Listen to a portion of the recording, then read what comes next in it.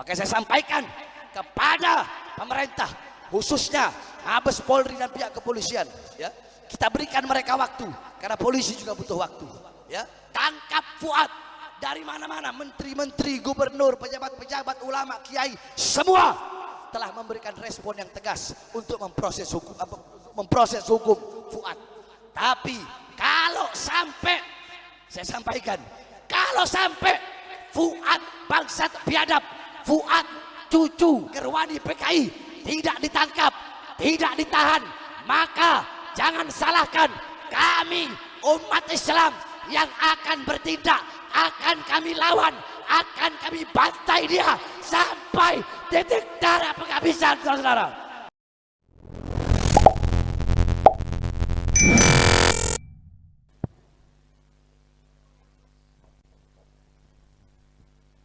Assalamualaikum warahmatullahi wabarakatuh.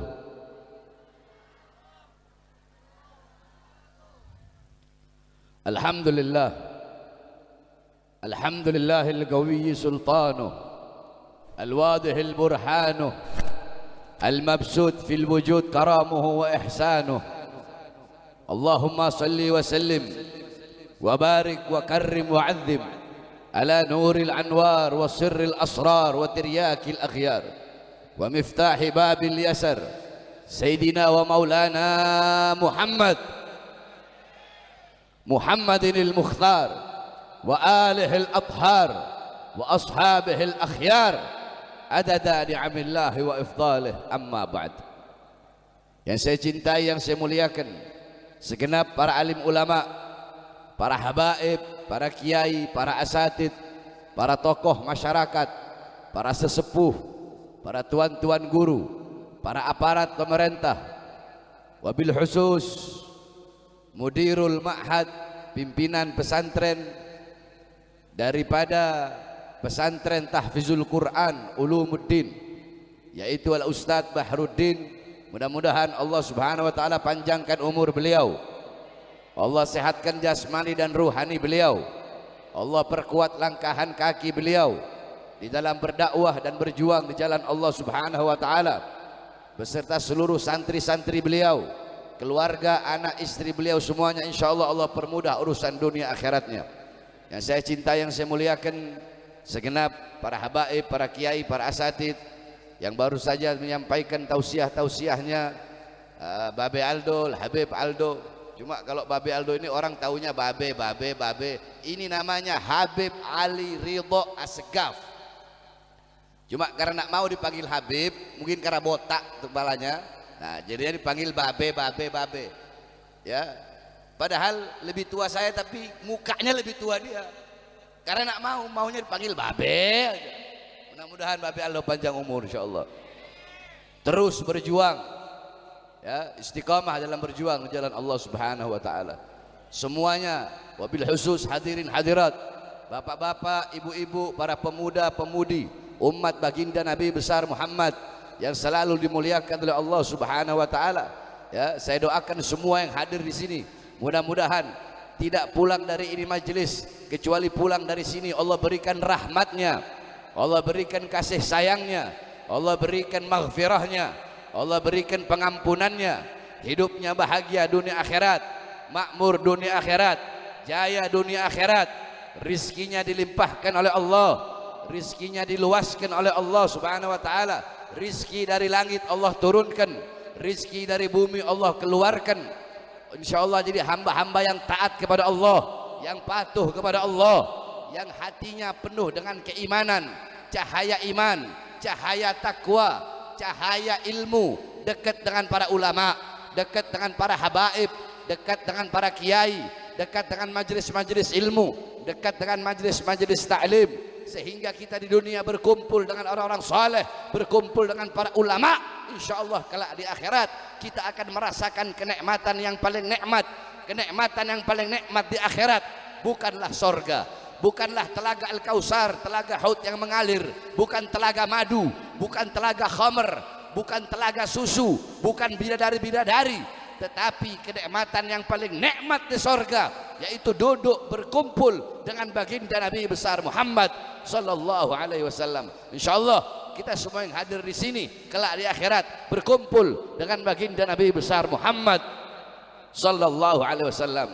Dan saya ucapkan saudara-saudara, taqabbalallah minna wa minkum siyamana wa siyamakum waj'alana minal a'idin wal faizin. Mudah-mudahan Allah Subhanahu wa taala menerima segala amal ibadah kita, puasa kita, salat kita, mahallul qiyam kita, bacaan Quran kita di bulan Ramadan, insyaallah diterima oleh Allah, dan Allah Subhanahu wa taala jadikan kita hamba-hamba yang berbahagia. Dan saya menyampaikan permohonan maaf kepada seluruh jamaah yang hadir jikalau selama ini saya memiliki salah, baik kesalahan, perbuatan-perbuatan dosa kepada manusia, kepada kalian, kesalahan yang tampak, yang tidak tampak, yang besar, yang kecil, yang disengaja atau yang tidak disengaja. Kita duduk di ini majelis saudara-saudara, masih Syawal, masih suasana lebaran, kita duduk halal bihalal untuk saling memaafkan. Karena sebenarnya untuk saling memaafkan bukan hanya suasana lebaran saja, bukan hanya 1 Syawal atau sampai 20 Syawal saja, tetapi harusnya setiap hari apabila kita memiliki kesalahan dan dosa kepada sesama manusia, kita harus saling minta maaf. Tetapi ini adalah momen, sebab saudara-saudara, perbuatan dosa itu ada 3. Perhatikan, yang pertama perbuatan dosa kepada Allah Subhanahu wa taala, perbuatan dosa yang berkaitan dengan Allah, perbuatan salah yang berkaitan dengan Allah. Apa itu? Kita meninggalkan sholat 5 waktu, kita meninggalkan puasa, meninggalkan kewajiban-kewajiban kita kepada Allah, ya. Kita bermaksiat, berbuat dosa kepada Allah dalam keadaan sendiri. Itu perbuatan dosa yang berkaitan dengan Allah Subhanahu wa taala. Saudara-saudara, perbuatan dosa yang berkaitan dengan Allah itu masih bisa kita harapkan ampunan karena Allah rahmatnya begitu luas. Yang kedua, ada perbuatan dosa, ada perbuatan salah yang berkaitan dengan Allah dan juga berkaitan dengan hamba Allah Subhanahu wa taala. Seperti apa? Seperti berzina. Kita zina, ada laki-lakinya, ada perempuannya, ya, perbuatan dosa kepada Allah, tapi ada hamba Allah yang ikut andil dalam perbuatan dosa tersebut. Ada hamba yang lain. Seperti kita mabuk, minum khamr, yang belinya berdosa, yang jualnya berdosa, yang bawanya berdosa, dan berdosa pun kepada Allah. Itu yang kedua. Yang pertama, perbuatan dosa kita hanya kepada Allah, tidak berkaitan dengan yang lain. Yang kedua, perbuatan dosa yang berkaitan dengan Allah dan berkaitan dengan hamba-hamba Allah.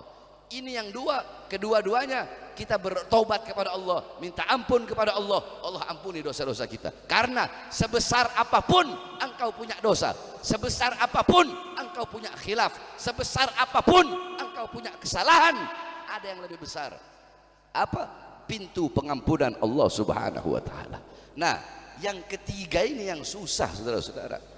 Apa itu yang ketiga? Yang ketiga adalah dosa dan salah, yang dimana dosa dan salah itu tidak berkaitan dengan Allah, tidak langsung berkaitan dengan Allah, tetapi berkaitan dengan sesama manusia.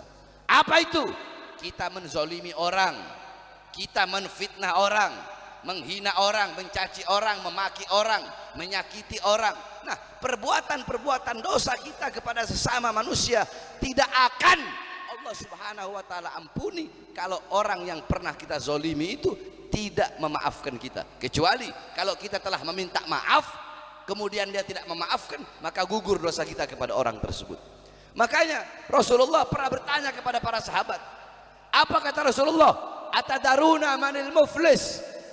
Wahai para sahabat, tahukah kalian siapa hamba-hamba yang rugi? Siapa hamba-hamba yang bangkrut? Sahabat menjawab, ya Rasulullah, hamba-hamba yang rugi, hamba-hamba yang bangkrut adalah hamba-hamba yang gulung tikar, udah kehabisan modal, gulung tikar. Apa kata Rasulullah? Bukan. Hamba-hamba yang rugi, hamba-hamba yang bangkrut adalah ja'a fi yaumil qiyamah min ummati, dari kalangan umatku nanti pada hari kiamat, nanti di akhirat, dia datang bisolatihim, dia datang bawa pahala puasa, bawa pahala solat, bisaumihim, datang bawa pahala puasa, bi hajjihim, datang bawa pahala haji, bi ulumihim, datang bawa pahala ilmu-ilmunya, dia datang bawa pahala yang banyak.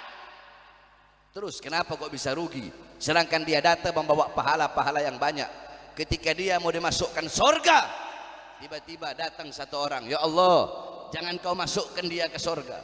Kenapa? Karena dulu ya Allah, dia pernah menzolimi aku ya Allah. Akhirnya apa? Akhirnya dosa orang yang dia zolimi ya diberikan kepada dia. Datang lagi satu orang, ya Allah, jangan kau masukkan dia ke surga. Dulu dia pernah menfitnah saya ya Allah, diambil dosanya diberikan kepada orang yang menfitnah. Datang lagi, ya Allah, dulu dia pernah mengadu domba saya ya Allah, diambil pahalanya diberikan, sampai semua pahalanya habis. Pahalanya udah habis, masih ada lagi yang datang, ya Allah, dulu dia pernah bohongi saya, udah habis pahalanya udah habis. Akhirnya apa? Dosa-dosa orang yang dia bohongi diberikan kepada dia. Datang lagi, ya Allah, dulu dia pernah mencaci saya, udah habis, dosa orang yang dicaci diberikan kepada dia. Terus akhirnya apa? Akhirnya yang awalnya dia datang bawa pahala yang banyak, semua pahalanya habis, tersisa dosa-dosa orang yang dia zolimi ketika dia masih di dunia. Awalnya mau dimasukkan surga, akhirnya dimasukkan ke dalam neraka oleh Allah Subhanahu wa taala. Oleh karenanya, mumpung kita masih hidup, kalau yang ada salah, kita minta maaf. Kita minta maaf sesama muslim, sesama saudara, kakak dengan adik, adik dengan kakak, orang tua dengan anak, anak dengan orang tua, sesama tetangga. Kita minta maaf, kita minta maaf, minta ridhonya, minta ampun. Karena dosa kepada sesama manusia ini paling berat, saudara-saudara. Paling berat, sampai dikisahkan pernah ada satu cerita seorang dia kerjaannya itu tukang bawa kayu, kemana-mana bawa kayu. Nah, akhirnya ini orang meninggal. Setelah beberapa tahun dia meninggal, Nabi Allah Isa alaihissalam ketika Nabi Allah Isa menghidupkan ini orang mati, yang dihidupkan sama Nabi Isa adalah orang tersebut. Nabi Isa tanya, ketika ini orang hidup, dia bilang kepada Nabi Allah Isa, aja as-sa'ah, apakah telah datang hari kiamat? Kata Nabi Isa, belum, hari kiamat belum datang. Terus kenapa kau hidupkan aku? Hari kiamat belum datang, kenapa kau hidupkan aku? Aku selama bertahun-tahun disiksa dalam kubur, diazab dalam kubur. Aku kira sudah datang hari kiamat. Agar apa? Kalau hari kiamat udah datang, saya pengen berjumpa dengan satu orang, pengen minta halalnya, pengen minta ridhonya. Kata Nabi Isa, memangnya kenapa? Dia cerita, dulu saya adalah tukang bawa kayu. Apa kalau bahasanya? Kayak zaman sekarang kayak ojek gitu, tukang bawa-bawa tukang kuli, tukang bawa-bawa barang, tukang bawa-bawa kayu. Satu waktu saya bawa kayu ke rumah satu orang. Ketika saya bawa kayu ke rumah satu orang, itu orang nggak ada rumah. Saya habis makan, ada makanan tersisa di gigit saya, di gigi saya ada. Saya gigit makanan, di gigi saya tersisa makanan. Akhirnya kayu itu orang yang saya bawa, saya ambil sedikit. Saya ambil sedikit itu kayu, saya pakai untuk tusuk gigi, untuk mengeluarkan sisa makanan yang ada di gigi saya. Tapi saya nggak izin dulu sama itu orang.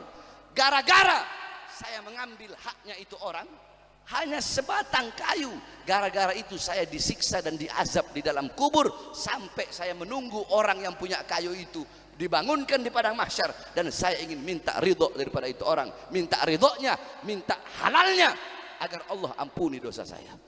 Coba engkau bayangkan, itu tusuk gigi, kayu yang kecil segini, haknya orang, haknya manusia, kau ambil, diazab, disiksa oleh Allah. Berapa banyak hak-hak orang yang telah kau ambil? Berapa banyak orang yang telah kau tipu? Berapa banyak orang yang telah kau bohongi? Berapa banyak sesama saudara muslim yang kau sakiti, yang kau adu domba, yang kau fitnah, yang kau hina, yang kau caci, yang kau maki? Kau berbuat dosa kepada Allah, kau bertobat, Allah ampuni taubatmu. Tetapi dosamu, salahmu kepada sesama manusia, kepada sesama saudara Islam, kalau kau tidak minta maaf, maka orang itu, apa kau tidak minta maaf, kau tidak akan mendapatkan ampunan dari Allah Subhanahu wa taala. Makanya perkumpulan seperti ini, ya, halal bihalal, ya, sekaligus haflatul imtihan. Ini adalah momen bagi kita untuk saling meminta maaf. Saudara-saudara, akhlak, adab daripada Rasulullah Sallallahu Alaihi Wasallam yang paling menonjol akhlaknya Rasulullah. Apa kata Rasulullah? Kata Rasulullah, adabani Rabbi fa ahsana ta'dibi. Allah yang mendidikku, Allah yang mengajariku, Allah yang mendidikku segala pelajaran-pelajaran. Rasulullah Madinatul Ilm, Rasulullah kotanya ilmu, Rasulullah itu lautannya ilmu. Siapa yang mengajarkan Rasulullah? Apakah Rasulullah belajar sendiri? Saudara-saudara, laisal mar'u yuladu aliman. Tidak ada seseorang dilahirkan tahu-tahu dalam keadaan alim, itu tidak ada. Nabi Adam alaihissalam diciptakan oleh Allah. Siapa yang mengajarkan Nabi Adam asmaul a'zam? Allah. Nabi Muhammad yang mengajarkan adalah Allah Subhanahu wa taala. Diajarkan akhlak, diajarkan adab. Bagaimana akhlaknya Nabi Muhammad? Bagaimana adabnya Nabi Muhammad sallallahu alaihi wasallam? Adab yang paling menonjol dari Nabi Muhammad 3. Perhatikan. Yang pertama, Nabi Muhammad selalu menyambung tali silaturahmi kepada orang yang memutuskan tali silaturahmi. Kalau kita kan enggak. Kalau kita ada orang memutuskan tali silaturahmi, kita putusin balik. Buat apa? Hah? Kakek tak pernah ke rumah engkau, kakek tak pernah main ke engkau, kakek mutuskan tali silaturahmi, engkau juga. Itu kalau kita.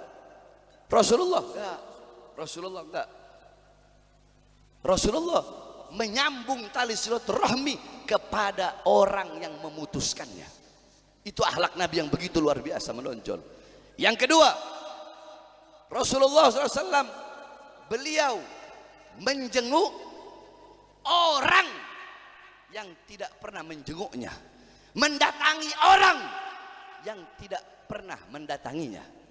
Sering kalian dengar kisah bagaimana Rasulullah SAW selalu dilempari dengan isi perut daripada onta. Dilempari isi perut onta, tiap mau ke masjid dilempari isi perut onta, tiap mau ke masjid dilempari isi perut onta. Satu waktu Rasulullah, kenapa tidak ada yang melempari saya? Oh, ternyata orang yang biasa melempari beliau sedang sakit. Rasulullah datang. Rasulullah datang, beliau bawa bingkisan buah-buahan. Kata ini orang, wahai Muhammad, apakah kau tahu aku dalam keadaan lemah, dalam keadaan sakit, dalam keadaan tidak berdaya, terus kau mau datang membunuhku? Apa kata Rasulullah? Tidak. Aku datang kemari ingin menjengukmu, ingin membesukmu, mendoakanmu. Karena aku tidak pernah selama 2-3 hari ini aku tidak lagi mendapatkan daripada yang biasa engkau lemparkan kepadaku. Maka aku berpikir kau sakit, makanya aku datang kepadamu. Akhlak Rasulullah. Yang kedua, yang paling menonjol, Rasulullah SAW mendatangi orang yang tidak pernah mendatangi beliau. Yang ketiga, akhlak Rasulullah yang paling menonjol apa? Rasulullah memaafkan orang yang berbuat salah kepada Rasulullah. Harusnya kan kebalik. Kalau ada orang punya salah, dia yang harusnya minta maaf. Rasulullah enggak. Kalau ada orang berbuat salah kepada Rasulullah, maka langsung dimaafkan oleh Rasulullah sallallahu alaihi wasallam. Rasulullah mau dihina, mau dicaci, mau dimaki, mau difitnah, Rasulullah sabar. Rasulullah akhlaknya luar biasa, adabnya luar biasa. Jangankan kepada sesama muslim, kepada orang Yahudi satu waktu Rasulullah ada jenazah orang Yahudi. Ketika jenazah orang Yahudi lewat, Rasulullah berdiri. Ketika Rasulullah berdiri, Rasulullah menangis. Sahabat bertanya, ya Rasulullah, kenapa engkau menangis ya Rasulullah? Apa kata Rasulullah? Aku menangis karena satu nyawa melayang dari genggamanku. Sehingga apa? Sehingga nyawa itu masuk ke dalam nerakanya Allah Subhanahu wa ta'ala. Itu akhlak Nabi kepada orang Yahudi, saudara-saudara. Nah, kita umat zaman sekarang semakin hari semakin jauh dari akhlak Nabi Muhammad, jauh dari adab Nabi Muhammad, jauh dari budi pekerti baginda Nabi besar Muhammad sallallahu alaihi wasallam. Lihat zaman sekarang, fitnah akhir zaman di mana-mana. Orang-orang tidak lagi lupa, orang-orang tidak lagi tahu Allah, tidak tahu lagi iman, tidak tahu lagi Islam, tidak tahu lagi Quran, tidak tahu lagi sunnah-sunnah Nabi Muhammad, tidak mengenal sirah Nabi Muhammad, tidak mengenal tarikh Nabi Muhammad. Orang-orang zaman sekarang semakin hari semakin jauh dari Allah. Engkau punya anak-anak, mereka tidak kenal iman, tidak kenal Islam, buta Al-Quran. Ini pondok-pondok tahfizul Quran. Saudara-saudara, kita ini orang-orang zaman sekarang semakin hari semakin jauh dari Quran. Saya tanya, jawab yang keras. Jawab yang keras. Setiap hari engkau semua, mau laki-laki mau perempuan yang duduk di sini, jawab yang keras. Kalian setiap hari lebih banyak pegang handphone atau pegang Al-Quran? Lebih banyak pegang handphone atau pegang Al-Quran? Engkau lebih banyak pegang handphone. Saya alhamdulillah udah sekitar dari sebelum Ramadan, udah sekitar 2 bulan lebih saya pegang handphone paling seminggu sekali. Jarang saya pegang handphone udah. Kenapa? Coba kalian lagi duduk, suami istri duduk berdua begini, ya, bukannya ngobrol malah main handphone. Anak-anak kalian yang masih kecil, enggak kalian kasih Quran, enggak kalian kasih sirah nabawiyah, ya, enggak kalian kasih fikih, kasihnya apa? Pegangnya apa? Pegangnya handphone. Kalau kalian mau lihat bagaimana ulama-ulama zaman dulu, ya, bagaimana para wali-wali zaman dulu, para kiai-kiai zaman dulu, habaib-habaib zaman dulu, kalau kalian mau lihat bagaimana kecondongan mereka, kecenderungan mereka, kerinduan mereka terhadap Al-Quran, maka bercerminlah kalian sekarang. Seperti apa kecondongan kalian sekarang terhadap handphone, maka seperti itulah kecondongan ulama-ulama zaman dulu terhadap Al-Quran. Kalau kalian sekarang bangun tidur pegang handphone, ulama zaman dulu, ulama-ulama dulu bangun tidur mereka pegang Quran. Kalian lagi duduk main handphone, ulama zaman dulu lagi duduk bareng mereka baca Al-Quran. Kalian 5 menit nggak pegang handphone, gelisah hati kalian. Ulama-ulama zaman dulu beberapa saat nggak pegang Quran, gelisah hati mereka. Mereka selalu menghatamkan Al-Quran, setiap saat mereka tadabburi isi-isinya. Sebab kenapa? Al-Quran huwa nurul mubin wa dzikrul hakim wa siratul mustaqim. Al-Quran itu adalah cahaya yang nyata. Ibarat engkau orang-orang yang tersesat, petunjukmu adalah Al-Quran, cahayamu adalah Al-Quran.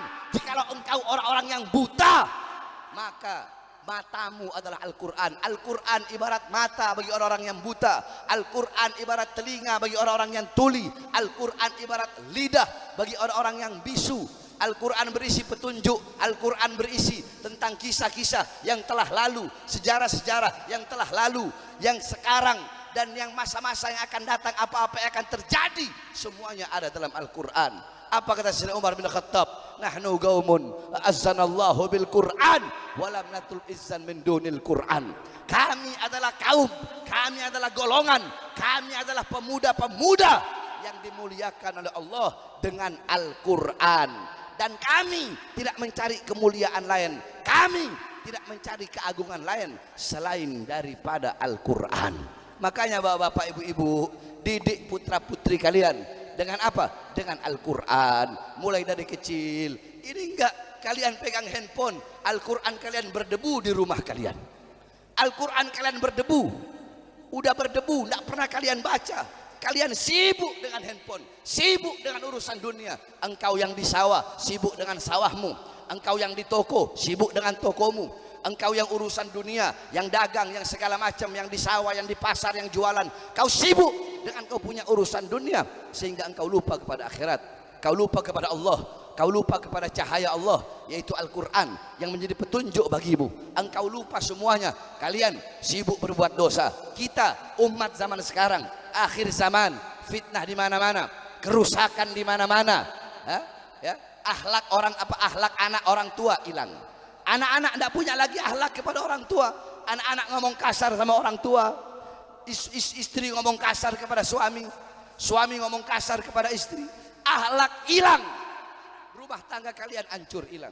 Jangan kalian pikir kebahagiaan rumah tangga, kebahagiaan desa, kebahagiaan kampung itu dengan uang. Tidak, saudara-saudara.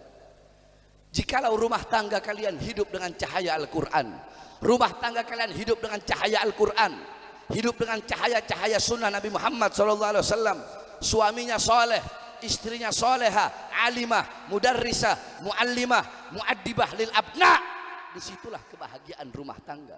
Kalian ibu-ibu zaman sekarang, ya, ibu-ibu, kalian tahu di mana letak kursi, di mana letak lemari, kalian tahu di mana letak dapur, di mana letak dapur kalian, letak kulkas, letak kipas angin, semuanya kalian tahu. Tapi kalian tidak tahu di mana letak anak-anak perempuan kalian ketika malam.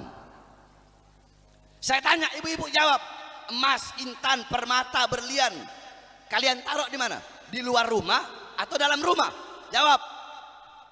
Dalam rumah, dalam lemari, dikunci. Kenapa nggak taruh di luar?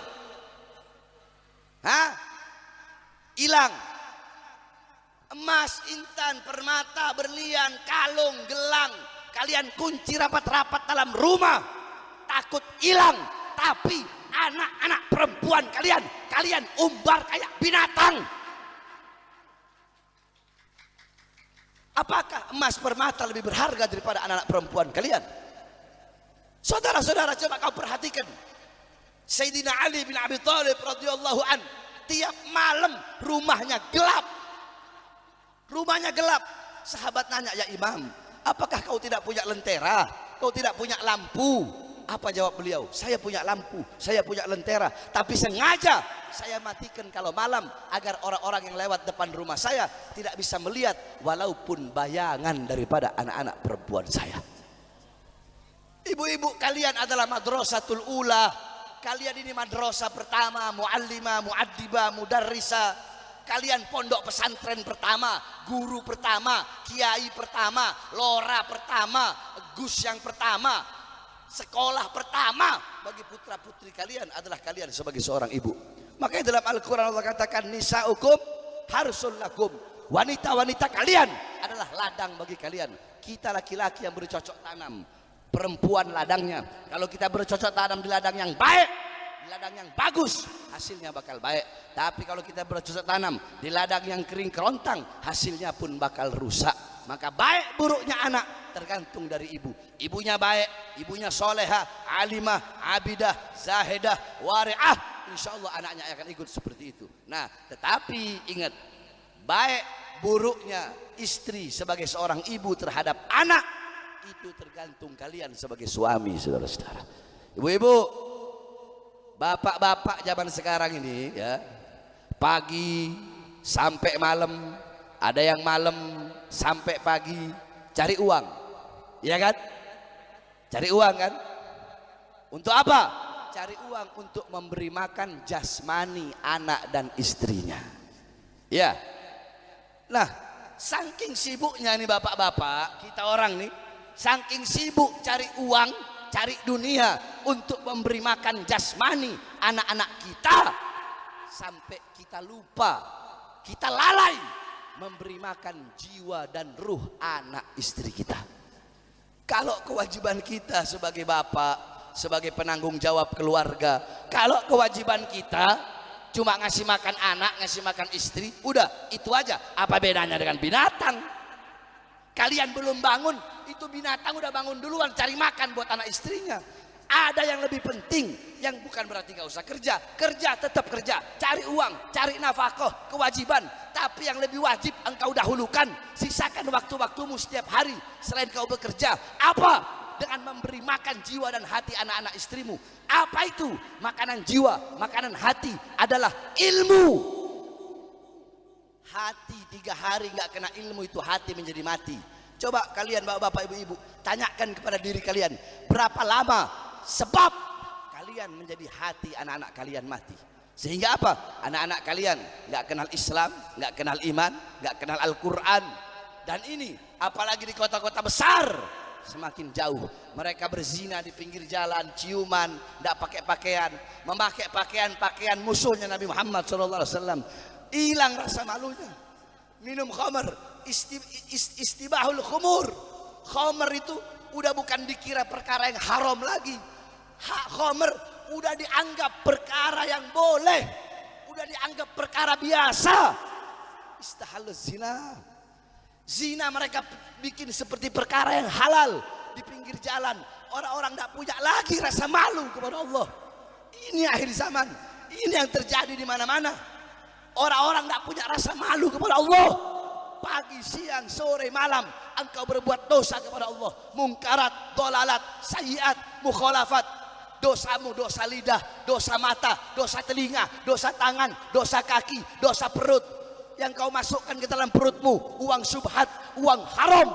Kau tidak tahu lagi mana halal, mana haram. Yang penting kau dapatkan keuntungan. Yang penting engkau dapatkan keuntungan. Yang penting perutmu kenyang, nafsumu terpuaskan. Kau tidak peduli mau halal, mau haram. Anak istrimu kau kasih makan uang haram. Ala inna fil jasadi mudghatan idza saluhat saluhal jasadu kulluh wa idza fasadat fasadal jasadu kulluh ala wahyal galab. Ketahuilah dalam diri manusia ada segumpal daging. Kalau daging itu baik, baik seluruh anggota tubuh. Kalau daging itu rusak, rusak seluruh anggota tubuh, saudara-saudara. Apa daging itu? Daging itu adalah hati, saudara-saudara. Nah, hati itu tumbuh dari makanan.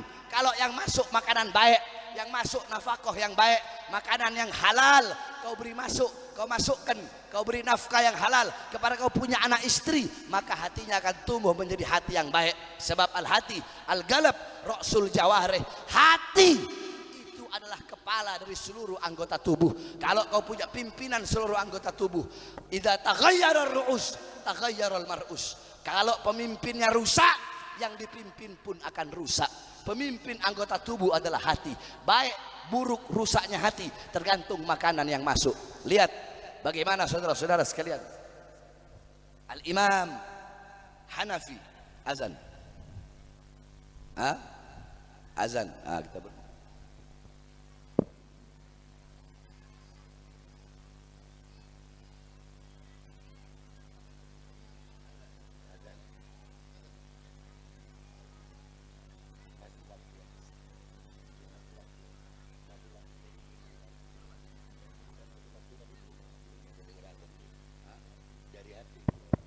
Kita azan belum? Kedengeran nggak di belakang? Yang di belakang kedengeran azan nggak? Belum azan? Belum. Nah, saudara-saudara, Al-Imam Haramain, tahu Imam Haramain? Tahu nggak Imam Haramain? Imam Haramain itu gurunya Imam Ghazali. Satu waktu Imam Haramain lagi duduk begini ngumpul bersama ulama-ulama besar. Kemudian tiba-tiba Imam Haramain ditanya, ibu-ibu tolong jangan ada yang ribut. Jadi masa saya mau ceramah harus marah-marah terus, harus bahas ini terus. Ini lagi saya bahas ilmu semua. Biar pulang dari sini bawa ilmu. Jadi jangan yang diingat hanya takbir-takbirnya aja. Ya, pulang dari sini bawa. Tenang aja. Nanti terakhir saya bikin ini jadi lautan api semua, panas semua. Tenang aja. Ya, slow, pelan. Karena waktunya kan lumayan. Ya. Imam Haramain ditanya suatu masalah. Imam Haramain nggak bisa jawab. Kata beliau, saya tidak bisa jawab. Nah, ulama-ulama yang lain bilang, ya Imam, engkau ini ulama besar. Masa kau tidak bisa menjawab? Apa jawaban beliau? Mungkin saya tidak bisa menjawab pertanyaan itu karena dulu waktu masih bayi mungkin masih ada air susu yang tertinggal. Ada air susu yang tertinggal. Maksudnya apa ya Imam? Baru beliau cerita. Dulu ketika aku masih bayi, ya, ayahku sangat menjaga untuk memberi makan ibuku yang sedang menyusuiku.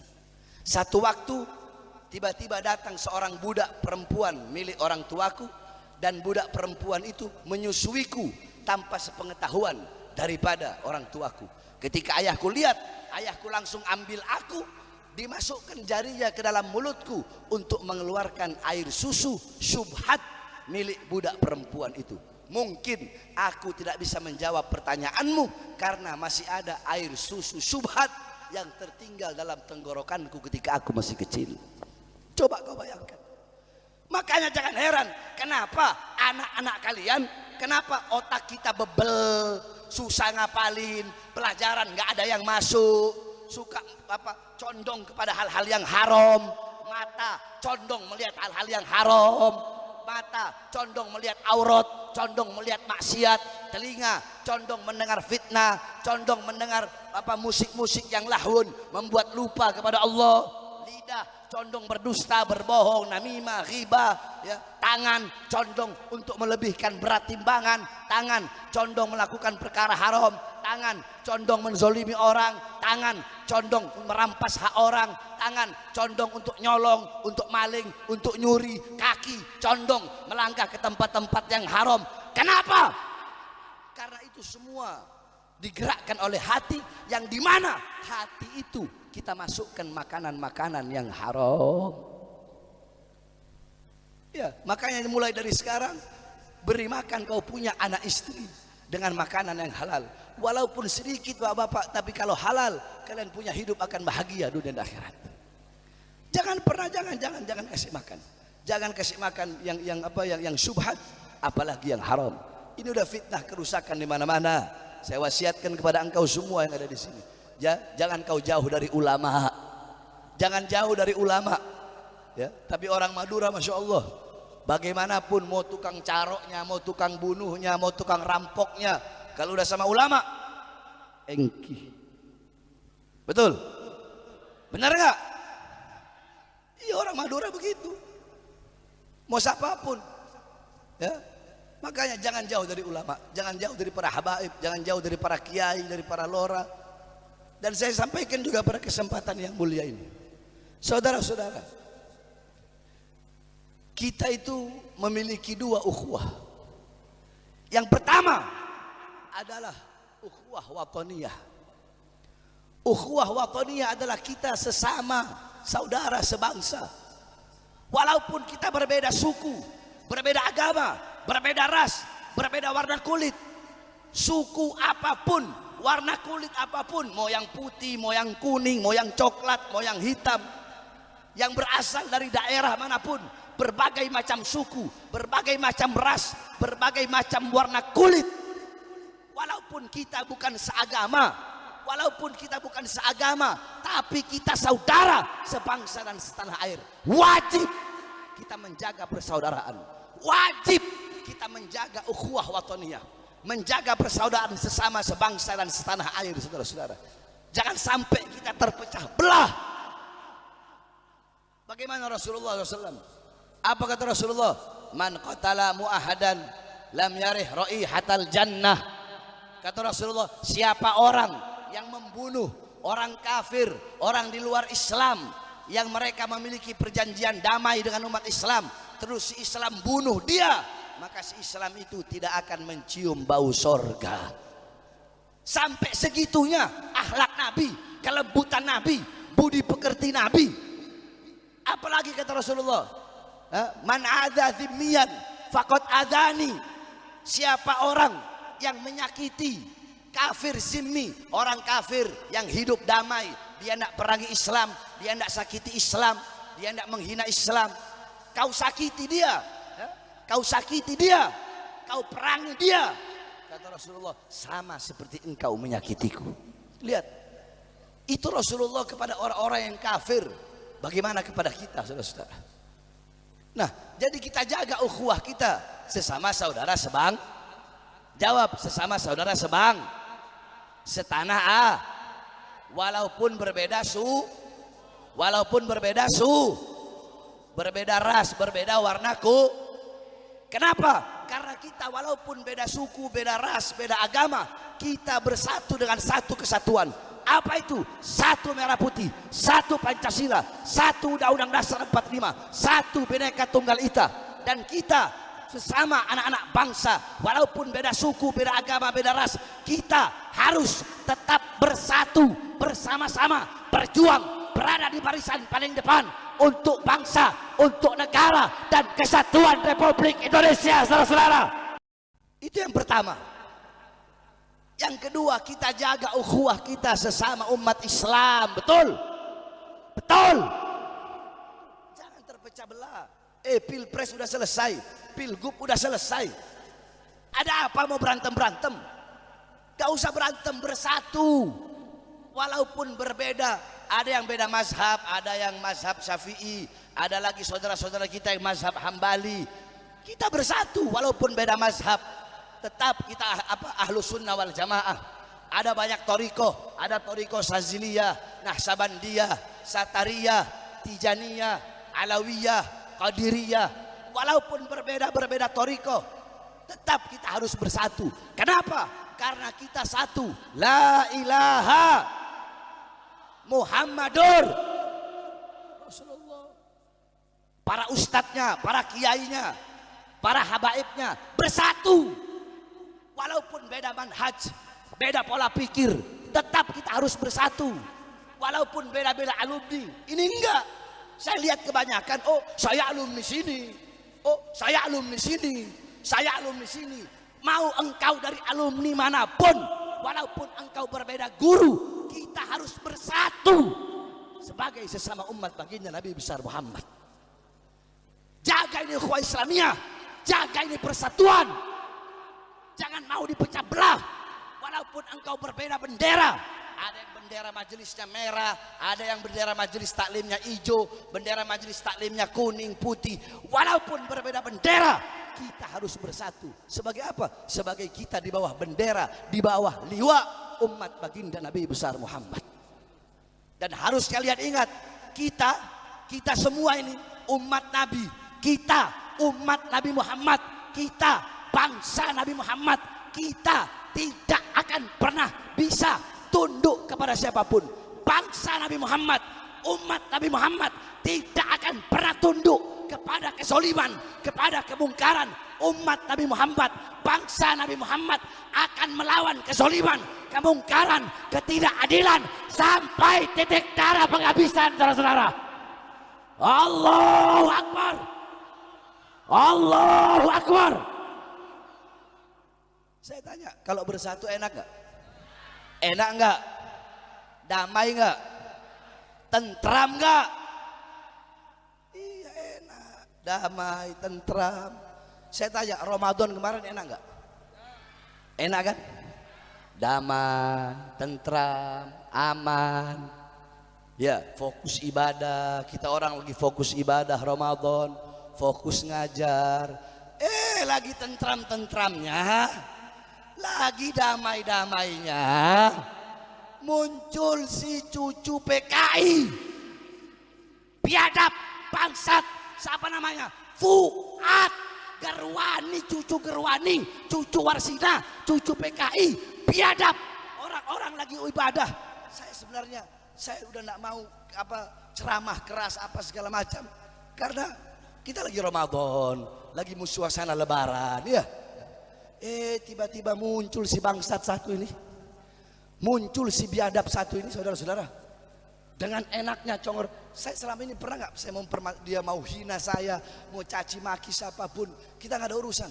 Tapi yang dihina guru kami, guru saya dulu mondok di Al Khairat, saya termasuk abnaul khairat. Saudara-saudara, yang dihina sama si Fuad bangsat ini, ya, si Fuad, ya, cucunya Warsina ini, Gerwani PKI ini, yang dihina sama dia itu guru tua ulama besar Habib Idrus bin Salim Al-Jufri. Beliau itu dakwahnya luar biasa. Beliau berjuang untuk Indonesia bukan dengan pedang. Beliau berjuang untuk masyarakat Indonesia, khususnya yang berada di Indonesia Timur. Beliau berjuang dengan apa? Dengan pena. Beliau ngajar dari kampung ke kampung, dari desa ke desa. Beliau berjumpa dengan raja-raja yang belum yang banyak, ada juga raja-raja yang belum masuk agama Islam. Beliau masukkan Islam. Beliau dari kapal ke kapal, dari sini ke sana. Beliau bangun Al Khairat sampai sekarang. Al Khairat sudah hampir memiliki 1.600 cabang. Beliau tokoh pendidikan, tidak kenal lelah. beliau kepanasan, keringetan, nyebrang laut tiap hari hanya untuk berdakwah, tiap hari untuk mengenalkan pribumi Indonesia, untuk mengenalkan bangsa Indonesia yang ada di Sulawesi sampai Ternate, sampai Kaltara, daerah Tarakan, sampai di Ternate, di mana-mana ada al-khairat, kebanyakan di daerah Indonesia Timur. Beliau adalah seorang pejuang. Saudara-saudara, kau tahu di akhirat ketika Allah menimbang darah syuhada, ya, itu berjuang mati di jalan Allah, darah itu ditimbang dengan tintanya ulama. Tinta ulama di sisi Allah, tinta ulama lebih berat daripada darahnya syuhada yang berjuang di jalan Allah. Jadi saya tanya, semua jawab. Habib Idrus bin Salim Al-Jufri, guru tua, beliau ulama besar bukan? Jawab, ulama besar bukan? Ulama besar bukan? Wali besar bukan? Wali besar bukan? Saudara-saudara, kita orang itu kebanyakan orang-orang awam. Kalau di daerah Palu, ya, di daerah suku-suku yang biasa, suku-suku pedalaman, itu semua di Ternate, di daerah Ambon, di daerah Tarakan, masyarakat Indonesia Timur, semua rumah, ibarat kalau di Jawa, ya, kalau di Jawa ditaruh ada fotonya kiai ini, ada foto Habib ini. Kalau di sana di Jawa Timur, apa di mana, Indonesia Timur, kebanyakan cuma satu. Apa itu kebanyakan? Cuma taruh fotonya guru tua Habib Idrus bin Salim Al-Jufri. Semua rumah, bahkan rumah Kristen ada yang ditaruh foto guru tua Habib Idrus bin Salim Al-Jufri. Habib Idrus, beliau pernah bikin syair. Dengarkan, ikuti saya semua. Bismillahirrahmanirrahim. Yang keras, bismillahirrahmanirrahim. Kullu ummatin laha ramzu izzin wa ramzu izzina al-hamra wal bayda. Setiap bangsa memiliki simbol kemuliaan, simbol keagungan. Adapun simbol kemuliaan kita, simbol keagungan kita, bangsa Indonesia, adalah merah dan putih. Itu syairnya guru tua Habib Idrus bin Salim Al-Jufri. Nah, ini si Fuad Bangsat siapa? Saya tanya, kayak begitu mau dibiarin apa enggak? Jawab, biarin apa enggak? Orang Madura cinta ulama enggak? Cinta habaib enggak? Cinta kiai enggak? Saya tanya, jawab yang jujur. Bagaimana andaikan ada guru kalian, ya, guru kalian terus dihina, dibilang monyet, dibilang pengkhianat. Saya tanya, apa yang orang Madura lakukan? Jawab. Apa? Diapain? Carok. Kurang keras. Kalau ada, saya mau tanya orang Madura, ada yang menghina ulama, menghina para kiai, menghina para syekh, menghina para habaib, yang dimana beliau-beliau jelas jasanya untuk bangsa, untuk negara. Kalau ada yang menghina orang Madura, kalau polisi tidak, dengarin, kalau polisi, kalau Mabes Polri, kalau mereka tidak segera memproses orang-orang yang menghina ulama, khususnya Fuad Pleret, apa yang akan orang Madura lakukan? Apa? Saya tanya sekali lagi, saudara-saudara, kami sampaikan, pihak kepolisian, Mabes Polri dan penegak hukum, si Fuad bangsat dan biadab, mereka, Fuad dan gerombolan-gerombolannya telah keterlaluan. Kami selama ini sabar, kami selama ini taat kepada hukum, betul. Ini negara hukum, betul. Kami masih taat, kami masih percaya kepada kepolisian. Tapi kalau aparat kepolisian tutup mata, tutup telinga, pemerintah membiarkan atau bahkan Fuad tidak dimasukkan penjara, Dan siapapun saya nggak udah urusan. Siapapun, Fuad, siapapun kau punya backing, mau siapapun nggak ada urusan. Iblis, mau siapa? Iblis, mau jenderal, nggak ada urusan. Saya makan, nggak ada urusan. Saya sampaikan sekali lagi, Mabes Polri, saya selama ini diam. Saya selama ini diam, ya.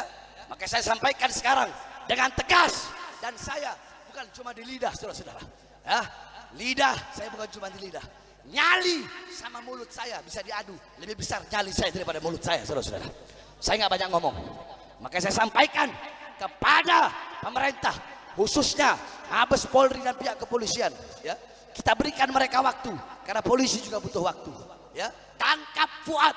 Dari mana-mana, menteri-menteri, gubernur, pejabat-pejabat, ulama, kiai, semua telah memberikan respon yang tegas untuk memproses hukum Fuad.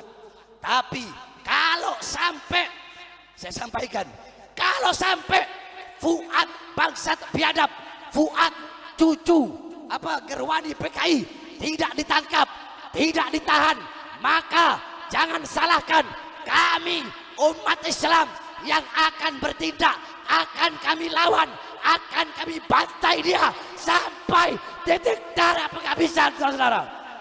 Allahu Akbar, Allahu Akbar, Allahu Akbar.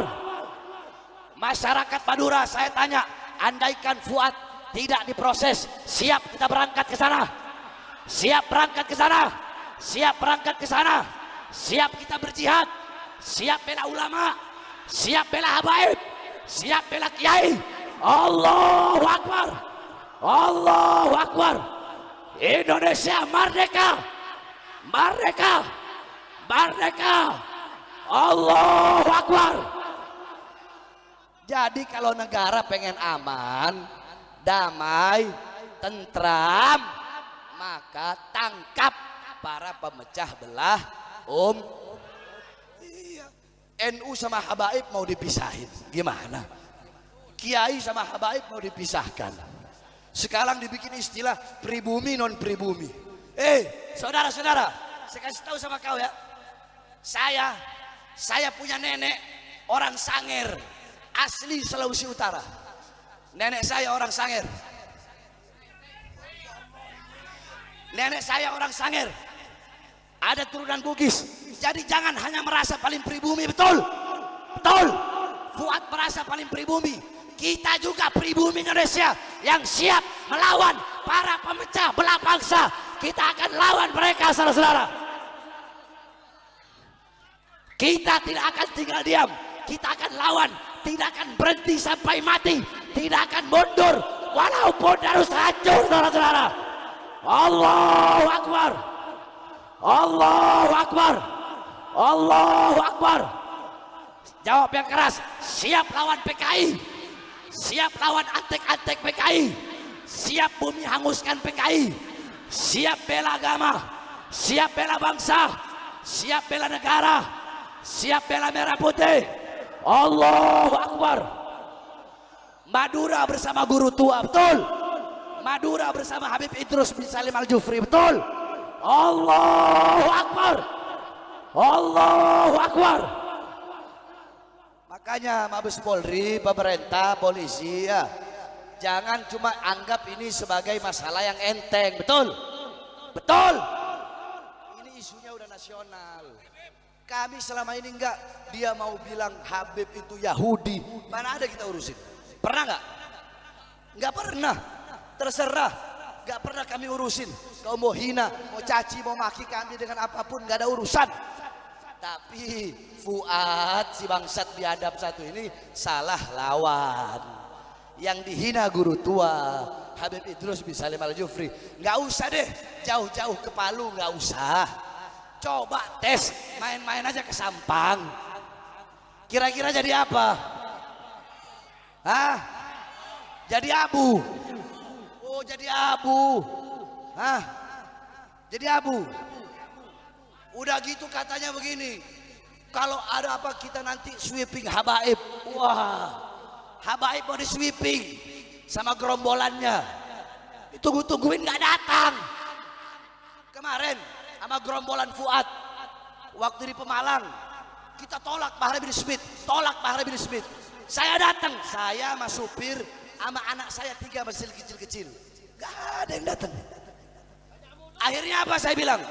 Saya bilang begini, kalian mau ancam saya? Ancaman kalian bagi saya itu hanyalah hiburan buat anak-anak saya, saudara-saudara. Makanya ya, sekarang saudara-saudara sekalian, kita fokus tangkap Fuad cucu Gerwani PKI, betul? Betul? Betul? Kalau polisi nggak tangkap, ya jangan salahkan umat. Kalau umat yang bergerak sendiri, betul? Betul? Udah nggak ada urusan. Ya, kita ini untuk ulama, untuk para habaib, untuk para kiai-kiai yang lurus, yang ar-rasikhuna fil ilm. Kita bukan berani mati, bukan. Kita jatuh cinta kepada kematian, betul? Betul? Ya, tapi saya sampaikan saudara-saudara, kami para habaib, kami nggak ada urusan, terserah. Kalian mau hina, mau caci, mau maki-maki, silahkan. Saudara-saudara, demi Allah, kami bagaikan kayu gahru. Gahru semakin dibakar akan semakin semerbak wanginya. Kami para habaib bagaikan besi, semakin dibakar, semakin ditempa, semakin dipukul, kami akan menjadi pedang-pedang yang terhunus, yang siap berada di leher para lawan-lawan, saudara-saudara. Allahu Akbar, Allahu Akbar, Allahu Akbar. Terakhir sebelum saya tutup, sekali lagi ya, saya serukan kepada seluruh hadirin hadirat, bapak-bapak, ibu-ibu, para pemuda-pemudi, masyarakat Sampang Madura, ya, dan saya serukan kepada seluruh kaum muslimin dan muslimat yang ada di seluruh Indonesia. Ayo sama-sama kita bersatu. Kita jaga ukhuwah Islamiyah, jaga tali persaudaraan, ya. Jangan mau kita diprovokasi, jangan mau kita diadu domba. Ingat, kita tidak pernah cari musuh, betul? Kita tidak pernah cari musuh, betul? Tapi kalau musuh duluan yang menghina, yang mencaci, yang memaki, ya, maka haram bagi kita untuk lari, saudara-saudara. Kenapa? Mending mati bersimbah darah daripada diam ketika melihat para ulama-ulama kita dihina. Oleh karenanya kita sama-sama jaga persatuan. Habaib dan kiai jangan mau dipecah belah. Para ustadz, para habaib, para kiai sama-sama bersatu. Ayomi umat, urus umat, berdakwah, tuntut umat ke jalan yang benar. Begitupun para muhibbin, para pecinta-pecinta kiai, para pecinta-pecinta habaib, para umat, semuanya kita sama-sama bersatu di bawah bendera Rasulullah. Jangan kita terpecah belah, karena kalau kita terpecah belah akan gampang kita dihancurkan oleh musuh-musuh Allah Subhanahu wa taala. Ya, begitu juga para ustadz, para kiai, para habaib, ya. Dan saya sampaikan juga kepada para pemerintah, RT-nya, RW, lurah, camat, bupati, wali kota, menteri, presiden, polisi, tentara. Ayo para pemerintah datang kepada para habaib, para kiai-kiai, para ustadz-ustadz, para masyayikh, datang ke pimpinan-pimpinan pondok pesantren, ya. Para pemerintahnya datang ke ulama, ke kiai, datang minta saran gimana. Sama-sama kita bangun ini bangsa, sama-sama kita bangun ini negara, agar ini negara menjadi negara yang makmur, yang jaya, negara yang berdiri sendiri tanpa harus bergantung kepada negara-negara asing, betul? Tidak usah bergantung sama Amerika, tidak usah bergantung sama Cina, betul? Kita Indonesia negara kaya, semuanya kita punya. Ngapain harus kemis-kemis sama negara lain? Indonesia harus menjadi negara yang berdiri di tanah sendiri. Kita punya segala-galanya, kita punya semua-muanya. Biarkan negara-negara lain yang datang untuk mengemis kepada Indonesia. Jangan Indonesia yang mengemis kepada negara-negara lain. Indonesia harus menjadi negara yang kuat, negara yang berdiri, negara yang disegani oleh negara-negara yang lain. Itu semua bisa terlaksana kalau pejabat pemerintahnya bergabung, ya, bergabung dengan para ulama, para kiai, para ustadz, para ulama-ulama, bergabung sama-sama kita bangun bangsa dan negara Indonesia untuk menjadi negara yang baldatun thayyibatun wa rabbun ghafur. Amin amin ya rabbal. Terus Habib sekarang kenapa kok nggak bahas pemerintah? Saudara-saudara, dulu kan sudah sering bilang, terakhir saya ceramah di mana itu? Pokoknya sebelum Ramadan. Kalau ada di mana? Bukan ada. Perhatikan, ya, Prabowo jadi presiden. Koruptor-koruptor banyak ditangkap nggak? Jawab. Banyak nggak? Banyak nggak? Banyak. Cepat nggak termasuk? Cepat nggak? Janji-janjinya ada yang ditunaikan, ada yang belum. Betul? Betul. Nah, selama presiden, selama Prabowo dan menteri-menterinya pro kepada rakyat, ya, pro kepada rakyat, adil kepada rakyat, mengeluarkan kebijakan-kebijakan yang menguntungkan rakyat, maka kami akan rakyat dukung 1000%, bahkan nyawa dan jiwa kami akan kami berikan kepada pemerintah yang adil kepada rakyat, saudara-saudara. Tapi ada tapinya. Ntar dulu.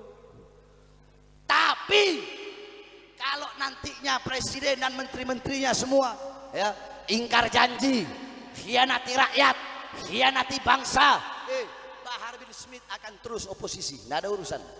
Bahar bin Smith tidak akan pernah ada di lingkaran pemerintah. Bahar bin Smith akan selalu berada di oposisi. Saya kemarin nggak nyoblos, kalian pikir saya kemarin nyoblos? Nggak ada saya nyoblos. Saya nggak pernah nyoblos. Yang benar saya bilang benar, yang salah saya bilang salah. Betul. Kalau ada orang yang nggak sepemikiran, nggak sejalan, ada benernya, ya saya bilang benar. Ada orang sejalan, sepemikiran, salah, ya saya bilang salah. Tidak akan menghilangkan yang benar, walaupun kebenaran itu datangnya dari orang-orang yang tidak sejalan dan tidak sepemikiran. Betul. Dan tidak akan membenarkan yang salah, walaupun yang salah itu datangnya dari orang-orang terdekat, dari keluarga, sahabat, sanak saudara, atau orang-orang yang sepemikiran. Tapi saya sampaikan, kalau nanti pemerintah khianati rakyat, ingkar janji sama rakyat, ya, menyusahkan rakyat, maka saya bersumpah, saya Bahar bin Smith yang akan berada di barisan paling depan demi rakyat, demi bangsa, demi negara, demi Indonesia, demi rakyat yang susah, demi rakyat yang kelaparan, demi rakyat yang menderita. Jangankan hanya di penjara, nyawa saya, jiwa saya, darah saya murah harganya, saudara-saudara. Allahu Akbar. Allahu Akbar. Masyarakat Sampang saya tanya semuanya, siap bela para ulama, siap bela para habaib, siap bela bangsa, siap bela negara, siap bela NKRI. Indonesia merdeka, merdeka, merdeka, merdeka. Allahu Akbar. Sekali lagi, jadi udahlah, kalian jangan ngomong pribumi ini. Saya juga pribumi, orang sama-sama pribumi kita, betul? Betul. Jadi sengaja ini permainan PKI untuk memecah makanya kita jangan terprovokasi. Kita percayakan aja dulu ke kepolisian, ya. Kalau polisi tutup mata, tutup telinga, ya, polisi biarkan, baru hukum rimba yang berjalan, saudara-saudara. Ya, betul ya. Ya, jadi udah, saya nggak mau bahas-bahas nasab, saudara-saudara. Nggak mau saya bahas nasab, nggak penting buat saya. Yang saya lagi fokus ini si Fuad brengsek ini. Ya, masalah nasab diam saya. Sebab kenapa? Diamnya kami, diamnya saya atas orang-orang yang hina, itu suatu jawaban, saudara-saudara, bahwasanya auman singa terlalu mahal untuk meladeni gonggongan para anjing-anjing. Assalamualaikum warahmatullahi wabarakatuh.